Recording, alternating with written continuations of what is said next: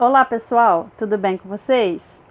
Então, hoje nós vamos conversar um pouquinho sobre minha voz e minha vez. O que eu quero falar com vocês sobre isso?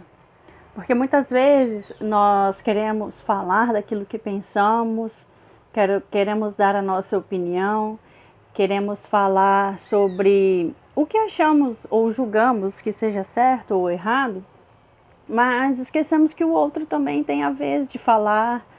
Ele também tem o direito de expressar opinião, ele também tem o direito de colocar os seus ideais, os seus pensamentos. E isso não tem que gerar atritos, isso não tem que ser conflito, isso é exercer o meu direito de ir e vir, e é uma construção como pessoa, né, como ser humano, é uma construção de autonomia, uma construção mesmo de protagonismo. Porque como que eu vou exercer o protagonismo se eu só quero colocar aquilo que eu desejo, se eu quero apenas colocar os meus pensamentos, que apenas aquilo que eu gosto seja feito. Mas eu também tenho que cumprir com as minhas obrigações e também tenho que ouvir a voz do outro. O outro não é obrigado a pensar da mesma maneira que eu, e ainda bem que pensamos diferentes, né? Cada um tem um pensamento diferente do meu, uma maneira de falar, uma maneira de se expressar, e com isso nós vamos apenas somando aprendizados, somando conhecimentos, nós vamos somando essa bagagem que nós carregamos através aí de nossas vidas. Somos seres em constante evolução, nós somos seres que estamos aprendendo todo dia, evoluindo constantemente. Nós temos que ter essa visão de construção, de evolução diária e contínua. Até mesmo porque nós só paramos de evoluir quando de fato nossa vida aqui ela se findar. Caso contrário, nós estamos aí evoluindo. E para nós continuarmos aí o nosso bate-papo, eu queria falar para vocês sobre um poema de João Cabral de Melo Neto que se chama Tecendo Amanhã. Ele diz que um galo sozinho, depois eu gostaria muito que vocês se utilizassem da curiosidade de vocês e fossem ler este poema. Eu não vou recitá-lo aqui, não vou lê-lo para vocês, mas eu vou apenas aqui conversar sobre a ideia do poema, ou pelo menos daquilo que eu imagino que seja a ideia, porque cada um constrói o seu saber. Mas ele diz no seu poema que um galo sozinho, ele não tece amanhã. Ele precisa de outros galos que os ajude, que um ajude o outro a tecer aquela manhã. Então um galo canta aqui, outro galo canta lá, outro galo canta acolá e por aí vai. O que eu tiro aqui de reflexão neste poema é exatamente o nosso conhecimento, a nossa construção como ser humano, o nosso saber, a nossa construção de valores, de conhecimentos, de agregar valor. Então aquilo que eu aprendo na escola, de conhecimento científico, aquilo que eu aprendo na minha comunidade, na minha casa, no meu ambiente de familiar ou de trabalho que seja, tudo aquilo que eu adquiro como conhecimento, né, como aprendizado, não pertence somente a mim, mas eu utilizo desses conhecimentos, desses saberes e vou agregando valor com outros, vou ajudando a outras pessoas. Aquilo que eu penso é diferente do outro, obviamente. Isso pode ajudar o outro a uma compreensão melhor, ajudar o outro a se conhecer, a se construir como ser humano, e a mim também, porque aquilo que o outro tem que é diferente de mim, seja no seu modo de falar, de pensar, de agir, qual que seja, é um saber que eu adquiro também.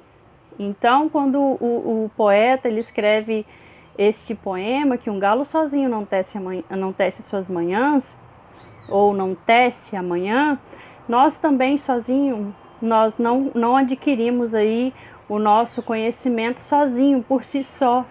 Mas aquilo que eu aprendo na escola, aquilo que eu aprendo em casa, aquilo que eu aprendo com os meus vizinhos, com os meus pais, com os meus amigos, aquilo que eu aprendo através do conhecimento cultural.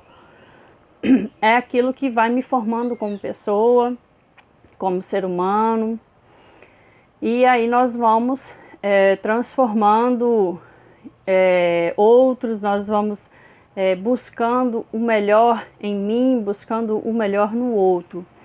Um poeta, um grande filósofo aí do passado, Platão, ele dizia que ele sonhava com homens de ouro, né? Uma metáfora aqui, mas isso não quer dizer que ele sonhava com homens talvez pintado, né, de ouro, mas como eu disse a vocês que é uma metáfora, ele dizia que ele sonhava com homens construídos de dentro para fora. E por que ele fala que eu sonho com homens de ouro? Não é questão de valor, de riqueza, de bens, valor monetário, mas sim é aquele valor de caráter, de pessoa, que não se deixa atingir por aquilo que é externo, não se deixa contaminar por aquilo que está lá fora. E por que isso? Ele cita homens de ouro. Quando ele fala ouro, homens de ouro, ele cita exatamente isso porque o ouro, quando ele é retirado da terra, ele passa por um processo de purificação que tira todas as suas impurezas.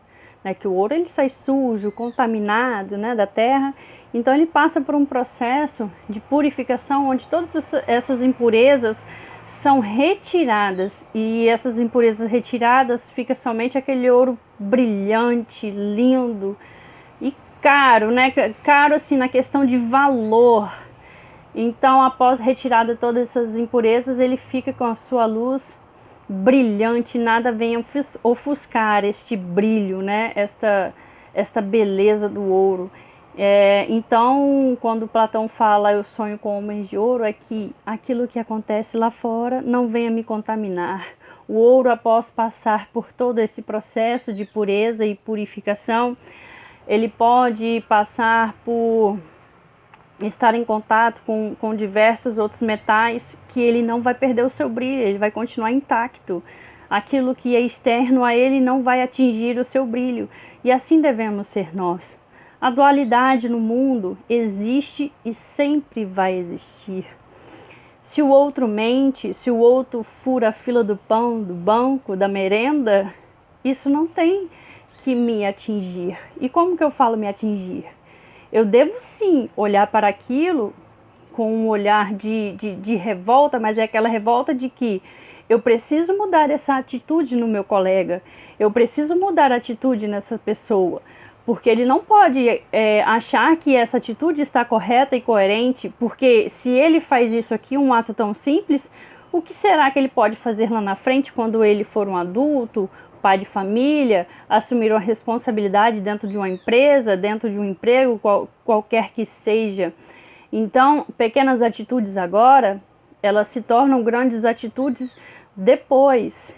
Então, aquilo que é externo a mim não pode me afetar, não pode afetar os meus valores, a minha integridade, tudo aquilo que eu somo como valores, aquilo que eu acho que eu levo comigo como que é certo, aquilo que é coerente, aquilo que é justo, aquilo que eu não quero que façam a mim, eu também preciso levar isso de conhecimento para o outro. Eu não posso me deixar se contaminar com a atitude de alguém. Se alguém comete um erro, se alguém faz o mal, né, qualquer que seja esse mal, quando a gente fala mal, às vezes a gente pensa em algo, em coisas grandiosas, mas pode ser atos pequenos, que se somados lá na frente vão se tornar em atitudes gigantescas e que aí sim vai desvendar um caráter